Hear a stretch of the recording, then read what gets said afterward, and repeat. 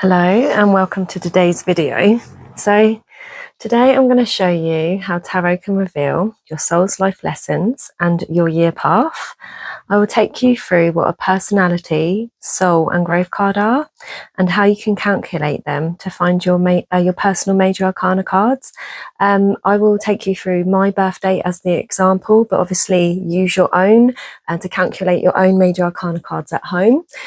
First, this is the book that it's come from. So my good old favourite tarot, Mirror of the Soul, the handbook for the Aleister Crowley tarot deck. And at the back, I did this the other day and I thought it was quite interesting, so I wanted to share it with you. So today we're going to find your personal cards and I'll take us through an example on the whiteboard in a minute.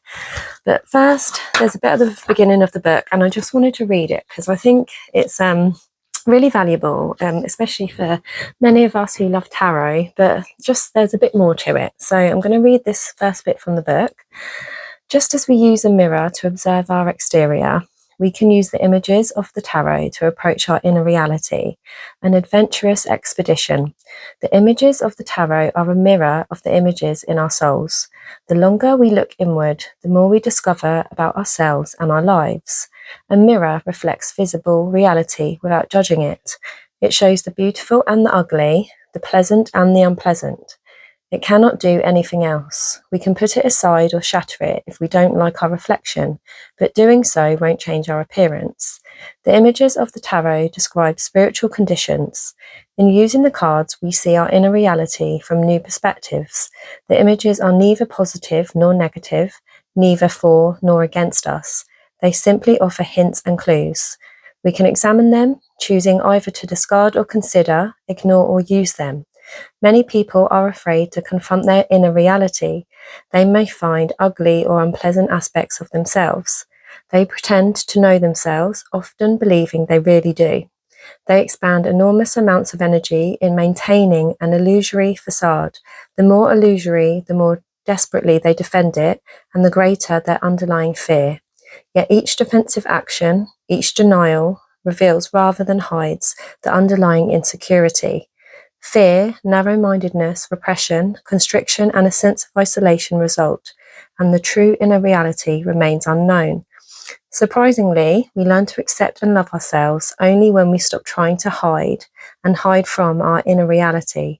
We can only share with others those parts of ourselves which we had discovered and accepted, and can only change those unpleasant aspects in ourselves which we have thoroughly examined and recognized as needing change. Self-exploration can be risky at times. Newly won perspectives can upset old habits and attitudes and shake the very foundation of our belief systems. Yet this is an essential step in any transformational process. The rewards of such an internal cleansing process are great. Each time we reveal and let go of one of our illusions, we come one step closer to our own true, boundless and enduring selves. What we let go and lose in this process never has been really ours. What is destroyed never has been rooted in our true being. In letting go, you arrive at the still place in yourself where you and the stillness are one. You arrive home and you and your home are one. I just wanted to read that because I thought that was beautiful. And, many people just think, I'm going to use tarot for just trying to predict and see what's going to happen. But there's a lot more you can do with it. So, that's why I wanted to help us today, find out a bit more about ourselves by calculating our cards. So, now we're going to go to the book and then finding your personal cards. I'll just explain what these are for. So finding your personal cards, the calculation of the personality card, the soul card and the yearly growth card are determined by combining astrology and numerology. Numbers carry specific vibrations and symbols. Based on the date of birth, we can calculate which of the major arcana represent the major themes in a person's life. The personality card shows the quality of the personality which are to be developed. These are the qualities we show openly in the world, the means we use to affect the world around us. This card shows us how we can represent ourselves outwardly, what tasks we have to complete in the world, and what challenges to set ourselves. The soul card shows what internal qualities are to be developed. These are the hidden powers with which we find our path, our way to our true self and to the inner master.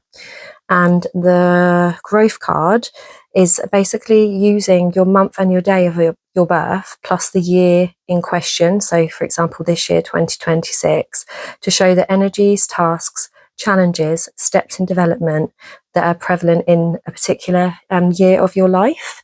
So first for this, we're going to calculate our personality card. So we'll go through how to do that. So this is our personality. So for this, you would get your month. So mine is 7. Then you plus it with your date that you were born, and then plus it with the year. So this would equal, so you have to add it all up together. So this equals 2006, and then you plus each digit in between. So obviously, as the 2 zeros, mine would equal an 8. So that is my personality card. So if you have got to a number that is greater, so greater than 22, you would add the digits again. So for example, if you did have 23, you would add them, and then yours would be a 5. If it comes to, for example, 20, that is your card. So I'm an 8, and for example, you could be a 20. And if you had added these to get the 5, so if it was greater than 22 and it would say 23 or more, for your soul card, you would add the 2 together again, so you would have the same. So you would end up with 2 5s. So the difference is, so if you did have a 20, your card would be a 20. But yeah, if it's over 22, that is when you would add them together. So essentially then your soul card would be the same.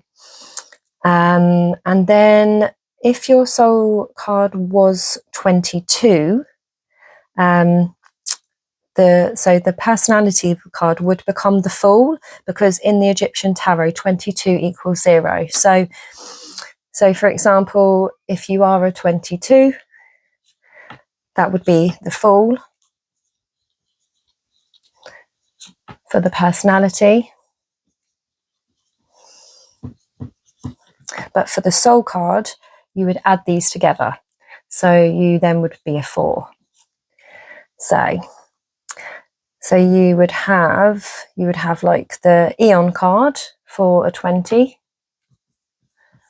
And then, so if you were a 4, you would be the Emperor.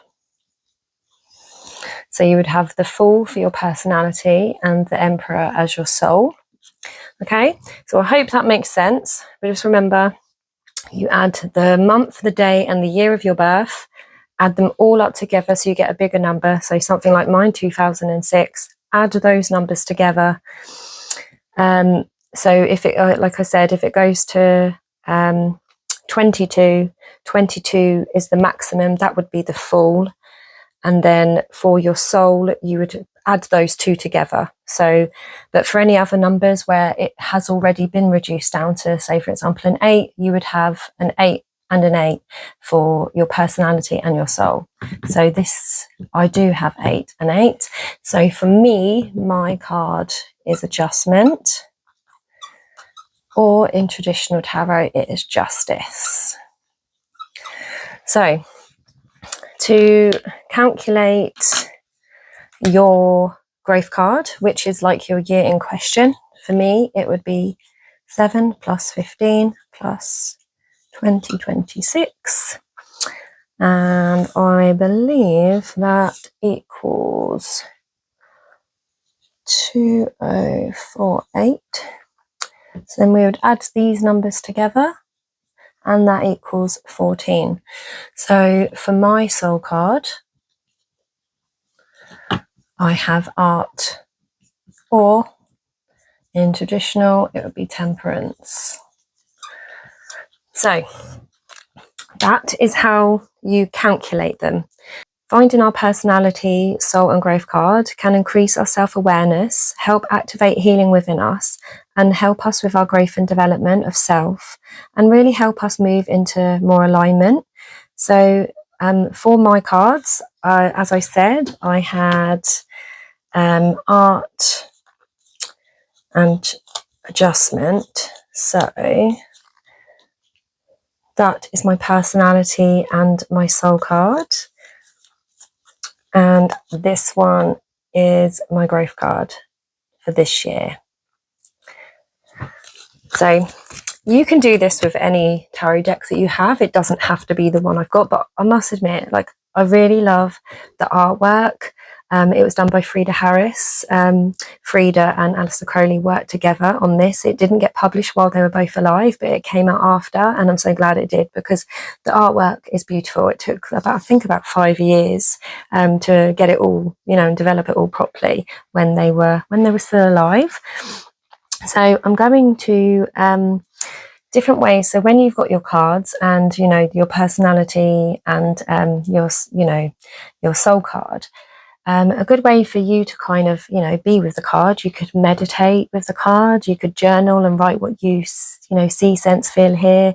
You could do some shadow work with your card, to allow you to really embody it, because it's showing us how we can affect the world around us, how we present ourselves, but also it's helping us, if what are we here to complete in the world, and what challenges are we here to kind of face and learn while we're here. So this is just a really good way to kind of utilize the tarot for your soul journey and soul path. So for this, as in case you are interested in reading or getting this deck and book, I will read just these two from there, so kind of the kind of things it has in there. So adjustment, keywords are Libra, balance, centering, equilibrium, balancing of opposites, and justice. This card portrays the sign of Libra. It is a fascinating picture of balance. A young woman, the feminine aspect of the Fool, holds the great magic sword between her legs and balances on her toes. Looking carefully, you will see that she is actually balancing only on the tip of the sword. Only absolute concentration and stillness, which comes from finding one's inner center, will allow this condition of equilibrium to take place. The slightest distracting thought will cause her to waver and destroy the balance she has found, the balance that is the nature of the universe. The predominant colors are blue and green. Blue is the color of spiritual and intellectual powers, such as thinking, ideas, wisdom. Green is the color of creativity, the power to put ideas into action. The downward pointing sword lends a similar meaning. The powers of thought are directed toward and put into contact with the earth and serve her.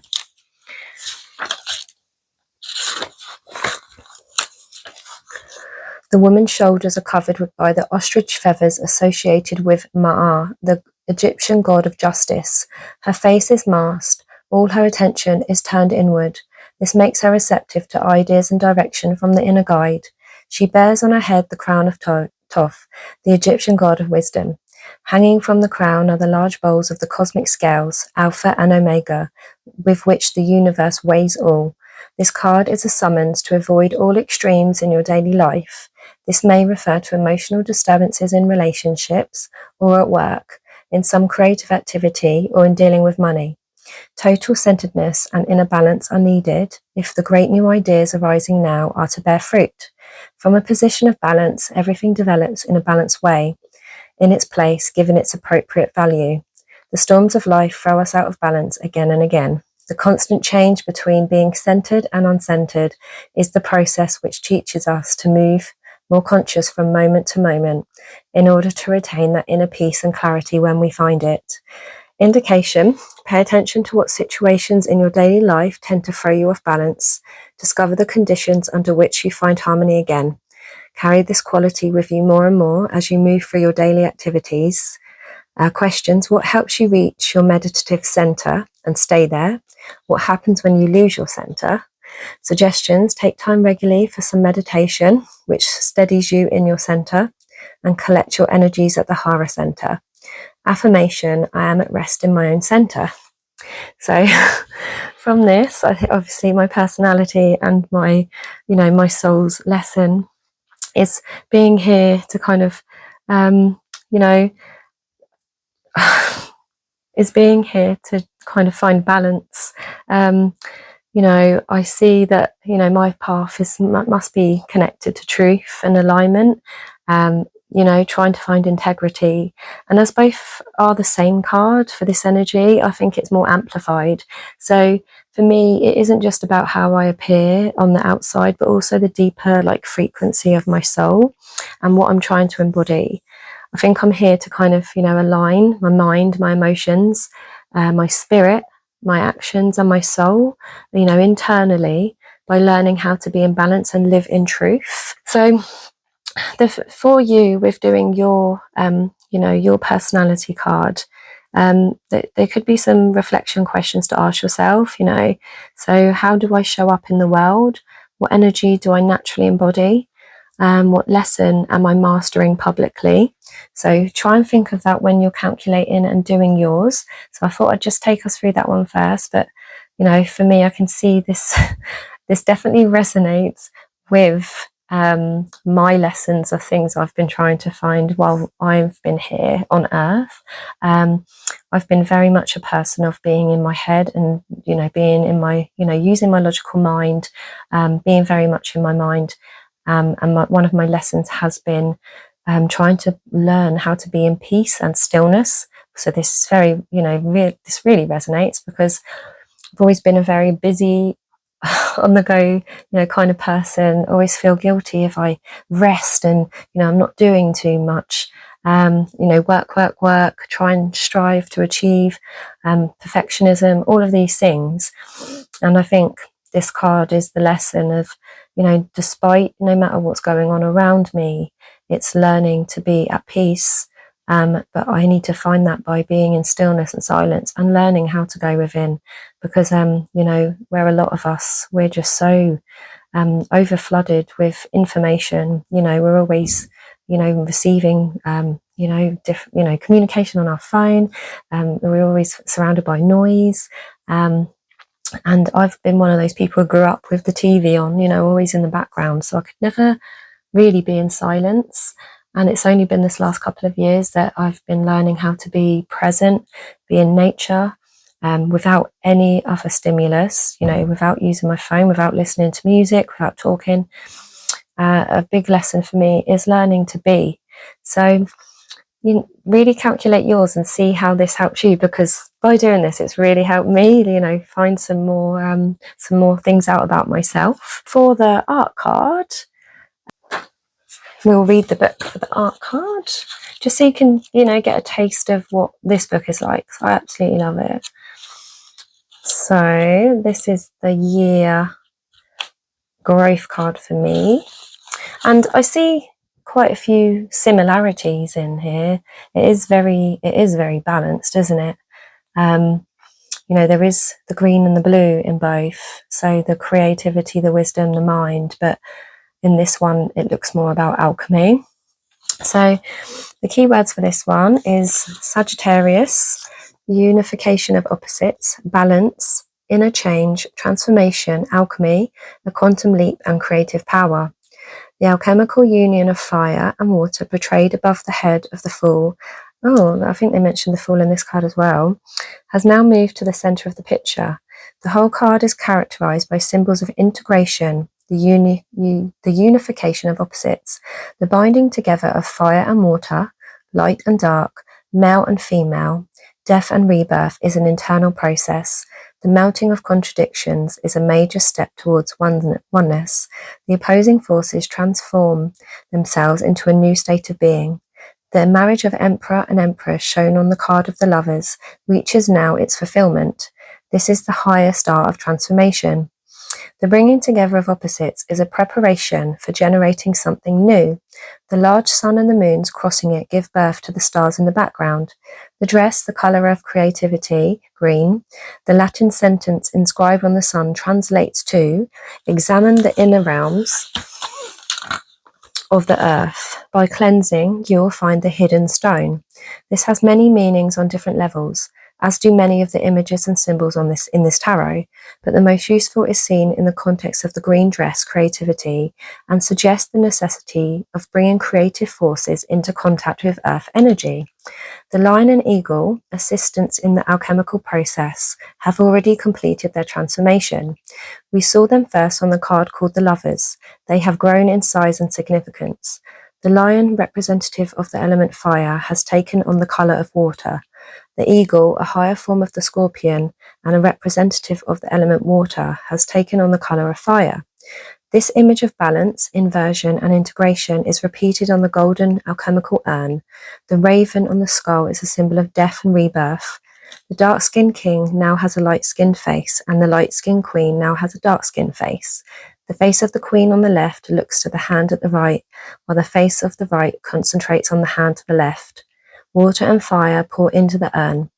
The fire consumes the water, and the water extinguishes the fire. The steam, energy of the new, arises. The arrow in the center of the body re-emphasizes this. The steam forms two rainbows, symbols of wholeness, which surrounds the shoulders of the androgynous figure. The 8 circles on the chest, 2 are covered, symbolize symmetry and balance. The honeybees on the queen's robe on the card, the lovers, and the snakes on the king's have intermingled. The bees stand for art, perception, and integration. The card art is a challenge to look inward. In this phase of integrating opposites, the transformation process will not tolerate any further impulses or pushes from outside. To find the hidden stone, the diamond, you must look within. Question: what does it mean for you to find your hidden diamond? Suggestion: close your eyes and visualize a fountain of energy in your body. Bathe a while in this rejuvenating current. Affirmation: I surrender to the transforming powers of the divine. I am an open channel for creative energy. Wow, I love that. Yeah, so really good. So this is what my growth is this year. So the soul card is, what deeper truth is your soul trying to learn and what inner gifts it wants to awaken. And then the growth card is what is life teaching me this year and what energy will help me evolve, right now. So with the adjustment card, I think this is about my life and my personality, and my soul is trying to find and be in truth, authenticity, and trying to balance logic and intuition. I can be quite self-critical, and that's, can be a shadow aspect of adjustment. And we can overthink and we can fear making mistakes, and feeling you need to get it right all the time, being a perfectionist. And we can be, overgive, and we're trying to find that balance of an energy exchange where, the soul card is where our hidden powers or gifts are to be developed, So for me, it's kind of like, when sensing something's off, and this can kind of show as a strong intuition, seeing through the truth, seeing through lies. So for me to find my inner master, I need to stop looking outside of myself for permission, validation, or approval. And I need to start trusting myself and knowing I am my own inner authority. So with the growth card being art, I'd say this year for me is a lesson on how I can harmonize all aspects of myself, in wholeness, by integrating and being in flow, where adjustment can be like, over analytical and be a perfectionist. Art is kind of showing me that true balance isn't forced, and it's, it's kind of created through integration. And art, is the healer and the alchemist, and it's helping me to learn how I can blend opposites of myself rather than choosing who to be or pushing any aspects away or aside. My soul, I think, is learning to find sacred balance. So, if you have any questions about this below in the comments, or you're not quite sure, or you want me to work out for you your card for this year, just pop it in. I'm happy to help in any way I can. And just remember, tarot doesn't tell you who you are. It reveals what your soul already knows. We can use the cards as mirrors, you know, as every card contains light and shadow aspects, expressions, we've received lessons, invitations, and paths to our embodiment. Using tarot can really help us remember our gifts and our wisdom, our potential, but it can also help us, you know, remember our wounds and our patterns as well, you know, and remembering we are whole and beautiful souls. It is a path that transforms fear into self-awareness. So remember, you don't need to become someone else to be whole. This journey is about remembering the truth of who you already are. So I hope this has helped you in any way today. And that 1 week soon, I've been go down all these rabbit holes. I've been looking into decans, and I'm just finding it so interesting. It's another thing to learn, another rabbit hole that includes the tarot. And if any of you know about decans, or if you've been looking into it, let me know in the comments, because yeah, this is something I've been really doing some research on. I would like to do a video, I think, on decans, you know, how to kind of calculate it, because you can calculate one for every 10 days, but each period, you know, so like your seasons, not seasons, sorry, each star sign has its own kind of like major arcana card. Each planet has its own, and there's also like 30-degree aspects of the year, which also bring in the court cards. And you can use it by calculating the sun degrees, but I think you can also do it by calculating the planets degrees, so then it can get really crazy. But yeah, I think I will do a video on that in a few weeks maybe. But yeah, thank you for being here, and until next time, bye.